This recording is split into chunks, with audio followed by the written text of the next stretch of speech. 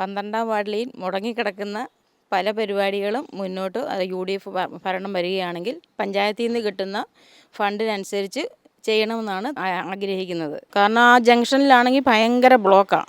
എപ്പോൾ വണ്ടിയൊക്കെ വന്നാലും ഒരു ആംബുലൻസ് വന്നാലും കടന്നു പോകുന്നതിനൊക്കെ ഒരുപാട് ബുദ്ധിമുട്ടുണ്ട്. ടോറസുകളെല്ലാം അതിലേ പോകുന്നു.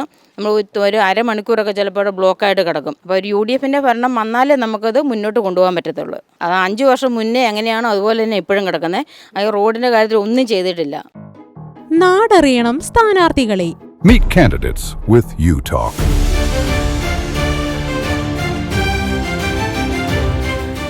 പേര് ഡെയ്സി. ഏത് വാർഡിലേക്കാണ് മത്സരിക്കുന്നത്? 12ാം വാർഡ്. ഇതിനു മുമ്പ് മത്സരിച്ചിട്ടുണ്ടോ? ഇല്ല, ഇത് ആദ്യമായിട്ടാണ്. ആദ്യമായിട്ടാണ്. എന്തൊക്കെയാണ് നമ്മൾ ഇപ്പോൾ വിജയിച്ച് വരികയാണെങ്കിൽ ഈ 12ാം വാർഡിലേക്ക് ചെയ്യാൻ ഉദ്ദേശിക്കുന്നത്?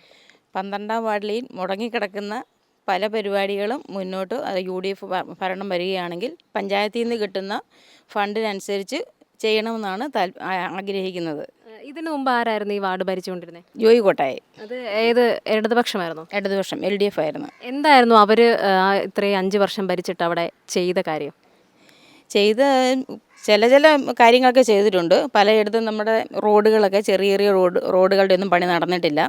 പലയിടത്തും ഇപ്പം അഭ്യർത്ഥനയുമായിട്ട് ഞങ്ങൾ പോയെങ്കിലും പലരും കംപ്ലയിൻറ്റ് പറഞ്ഞിട്ടുണ്ട്. പല വഴികളും ഇങ്ങനെ തൊണ്ടുകളും ഒക്കെ ഇങ്ങനെ കിടക്കുന്നു, ഒന്നും ചെയ്തിട്ടില്ല. അതൊക്കെ നമ്മുടെ ഭരണം വരികയാണെങ്കിൽ മുന്നോട്ട് ചെയ്യണമെന്ന് ആഗ്രഹിക്കുന്നു ഞങ്ങൾ. ഇപ്പോൾ നിലവിൽ പ്രചരണത്തിൻ്റെ ഇടയിലല്ലേ നമ്മൾ സംസാരിക്കുന്നത്? അതെ അതെ അതെ. എങ്ങനെയാണ് ജനങ്ങളുടെ ഇടയിൽ നിന്നുള്ളൊരു പ്രതികരണം? ഞങ്ങൾക്കൊരു ശുഭപ്രതീക്ഷയുണ്ട്. ഇപ്പം ഞങ്ങൾ ഒരു വട്ടം ഞങ്ങൾ പല സ്ഥലത്തായിട്ടാണ്, പറവന്തുരുത്ത്, പെരുന്തുരുത്ത്, കല്ലറ എന്നീ ഭാഗങ്ങളിലാണ്. ഇപ്പോൾ കയറിയെടുത്തെങ്കിൽ ഞങ്ങൾക്കൊരു ശുഭപ്രതീക്ഷയുണ്ട് ഞങ്ങൾക്ക്. നിലവിൽ ജനങ്ങൾ ഒരു മാറ്റം ആഗ്രഹിക്കുന്നു എന്ന് തോന്നുന്നുണ്ട്. നമ്മുടെ ഇപ്പോൾ കല്ലറ പഞ്ചായത്തിനെ സംബന്ധിച്ചിടത്തോളം എല്ലാ ജനങ്ങൾക്കിടയിൽ ഒരു സംസാരമുണ്ട്, അഴിമതി ഒരുപാട് നടന്നിട്ടുണ്ടെന്ന് ഈ കഴിഞ്ഞ 5 വർഷ ഭരണകാലത്തിൽ. അതിൽ വിശ്വസിക്കുന്നുണ്ടോ? കുറച്ചൊക്കെ വിശ്വസിക്കുന്നുണ്ട്.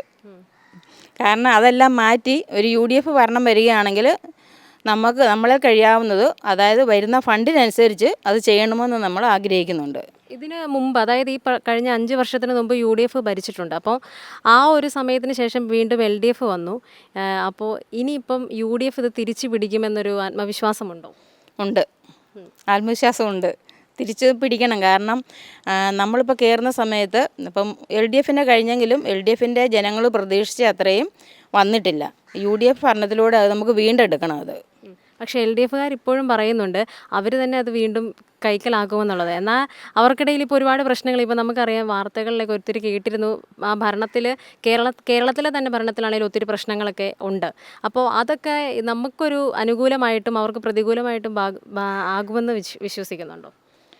നമ്മൾ ഭരണം വന്നു കഴിഞ്ഞാൽ നമുക്കത് അനുകൂലമായിട്ട് കൊണ്ടുപോകാൻ പറ്റുകയുള്ളൂ.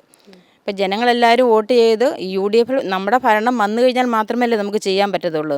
ഇപ്പം അങ്ങനെ ഇപ്പം ഈ സമയത്ത് ഇപ്പം എല്ലാവരും ജനങ്ങൾ അങ്ങോട്ടും ഇങ്ങോട്ടും പറയും, ഓരോ LDF വന്നാലാണെങ്കിൽ അവർ ചെയ്യും, UDF വന്നാൽ നമ്മൾ ചെയ്യുമെന്നുള്ളത് പറയും. പക്ഷെ 5 വർഷക്കാലം നമ്മൾ പ്രതീക്ഷിച്ച രീതിയിൽ ഒന്നും തന്നെ നടന്നിട്ടില്ല. അപ്പോൾ ഒരു UDFൻ്റെ ഭരണം വന്നാലേ നമുക്കത് മുന്നോട്ട് കൊണ്ടുപോകാൻ പറ്റത്തുള്ളൂ. വീണ്ടും UDF ഇത് കല്ലറ പഞ്ചായത്ത് തിരിച്ചു പിടിക്കുകയാണെങ്കിൽ എന്താണ് UDFൻ്റെ ഭാഗത്തു നിന്ന് കല്ലറയുടെ വികസനത്തിന് വേണ്ടി നിങ്ങൾ ചെയ്യാൻ ഉദ്ദേശിക്കുന്ന കാര്യങ്ങൾ?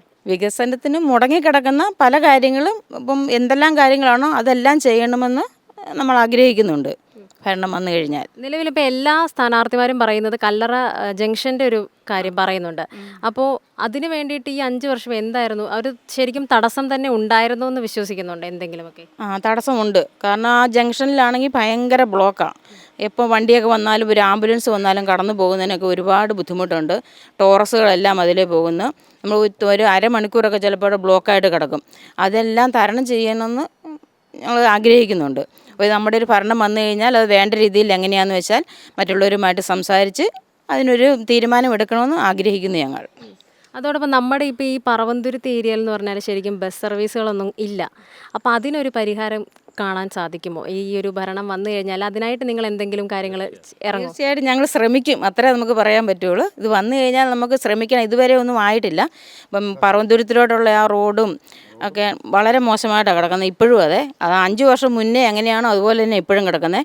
ആ റോഡിൻ്റെ കാര്യത്തിൽ ഒന്നും ചെയ്തിട്ടില്ല. മഴ പെയ്യുമ്പോഴാണെങ്കിലും വെള്ളം കിടക്കുമ്പോൾ വള്ളത്തേലും അങ്ങനെയൊക്കെയാണ് ഞങ്ങൾ പൊയ്ക്കൊണ്ടിരിക്കുന്നത്. അതിനൊക്കെ ഒരു ഇത് വേണം, മുന്നോട്ട് ഒരു നല്ലൊരിത് വേണമെന്ന് ഞങ്ങൾ ആഗ്രഹിക്കുന്നു, ഞങ്ങൾ ചെയ്യാനും ആഗ്രഹിക്കുന്നു ഭരണം വരികയാണെങ്കിൽ. നമ്മുടെ അതുപോലെ തന്നെ ഒരു സ്ഥലമാണ് മുണ്ടാർ. മുണ്ടാറിൻ്റെ കാര്യത്തിൽ എല്ലാ പ്രാവശ്യവും ഓരോരുത്തർ കയറുമ്പോഴും മാറ്റം കൊണ്ടുവരുമെന്ന് പറയുന്നുണ്ട്, പക്ഷേ പ്രത്യേകിച്ച് മാറ്റങ്ങളൊന്നും അവിടെ സംഭവിക്കുന്നില്ല. അപ്പോൾ അതിനൊരു തീരുമാനമുണ്ടാക്കാൻ ശ്രമിക്കുമോ? തീർച്ചയായിട്ടും ശ്രമിക്കും. കാരണം മുണ്ടാറിലെയാണെന്ന് തോന്നുന്നു ഏറ്റവും ഇത് വണ്ടിയും വെള്ളവും അങ്ങനെ എല്ലാവരും പറയുന്നുണ്ട്, വളരെ ബുദ്ധിമുട്ടാണ്. അവിടെ കൊണ്ടുവരാനും ഞങ്ങൾ ശ്രമിക്കും. അപ്പോൾ എന്തായാലും UDFൻ്റെ 12ാം വാർഡിൻ്റെ സ്ഥാനാർത്ഥിയായിട്ട് നിൽക്കുന്നത് ഡെയ്സി ചേച്ചിയാണ്. അപ്പോൾ എന്തായാലും ചേച്ചിയും വിജയിക്കട്ടെ, അതോടൊപ്പം UDF ഭരണത്തിൽ വരട്ടെ എന്ന് ഞങ്ങളും ആശംസിക്കുന്നു. Thank you.